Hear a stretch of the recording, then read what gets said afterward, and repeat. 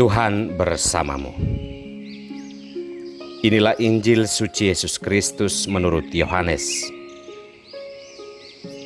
Bab 6 ayat 30 sampai dengan ayat 35. Maka orang banyak berkata kepada Yesus, "Tanda apakah yang engkau perbuat, supaya dapat kami melihatnya dan percaya kepadamu? Pekerjaan apakah yang engkau lakukan? Nenek moyang kami telah makan mana di padang gurun, seperti ada tertulis, mereka diberinya makan roti dari sorga." Maka kata Yesus kepada mereka, "Aku berkata kepadamu, sesungguhnya bukan manusia yang memberikan kamu roti dari sorga, melainkan Bapa-Ku yang memberikan kamu roti yang benar dari sorga. Karena roti yang dari Allah ialah roti yang turun dari sorga dan yang memberi hidup kepada dunia." Maka kata mereka kepadanya, "Tuhan, berikanlah kami roti itu senantiasa." Kata Yesus kepada mereka, "Akulah roti hidup. Barang siapa datang kepadaku, ia tidak akan lapar lagi, dan barang siapa percaya kepadaku, ia tidak akan haus lagi." Demikianlah Injil Tuhan.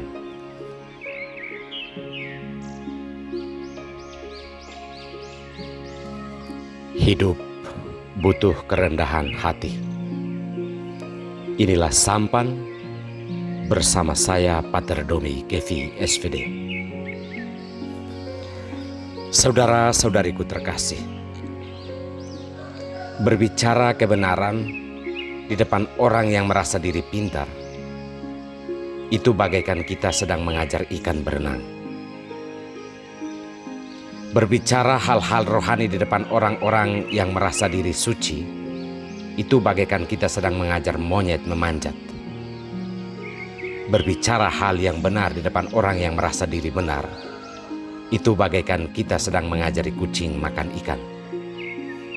Suatu realitas di mana hal yang baik tidak diterima sebagai yang dalam dirinya atau inse baik, tetapi tergantung siapa dia yang menerima hal tersebut. Saudara-saudariku terkasih, sabda Tuhan hari ini menunjukkan kepada kita tentang realitas tersebut. Stefanus memberikan kesaksian tentang Yesus sebagai orang benar, utusan Allah, di depan para pemuka agama. Namun kesaksian Stefanus itu dianggap sebagai hujatan terhadap Allah. Hal ini menunjukkan bahwa sekalipun kesaksian Stefanus itu benar, namun hal itu tidak diterima sebagai kebenaran. Bahkan Stefanus akhirnya harus dibunuh karena orang telah menentukan sikapnya sendiri terhadap kebenaran Allah, bukannya menerima kebenaran itu sebagai kebenaran.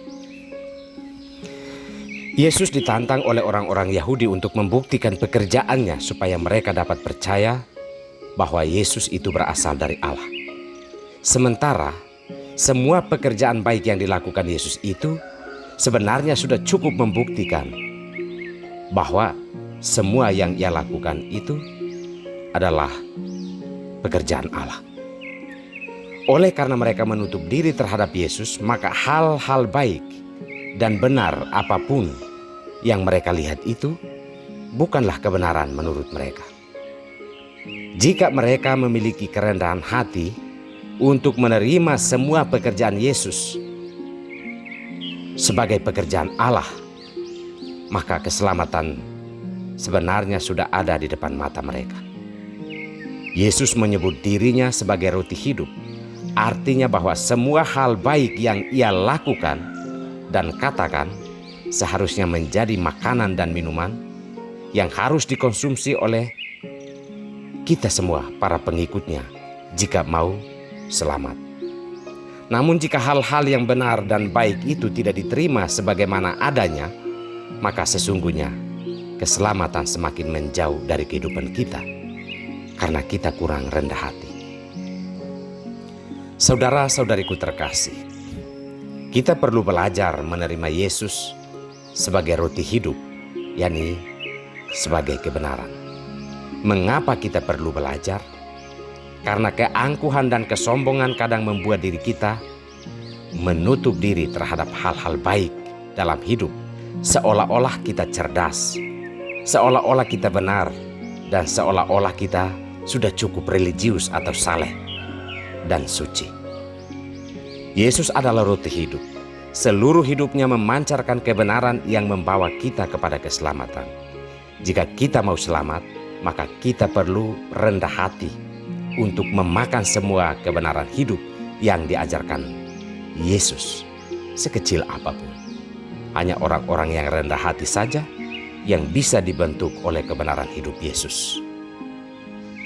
Tuhan memberkati kita semua.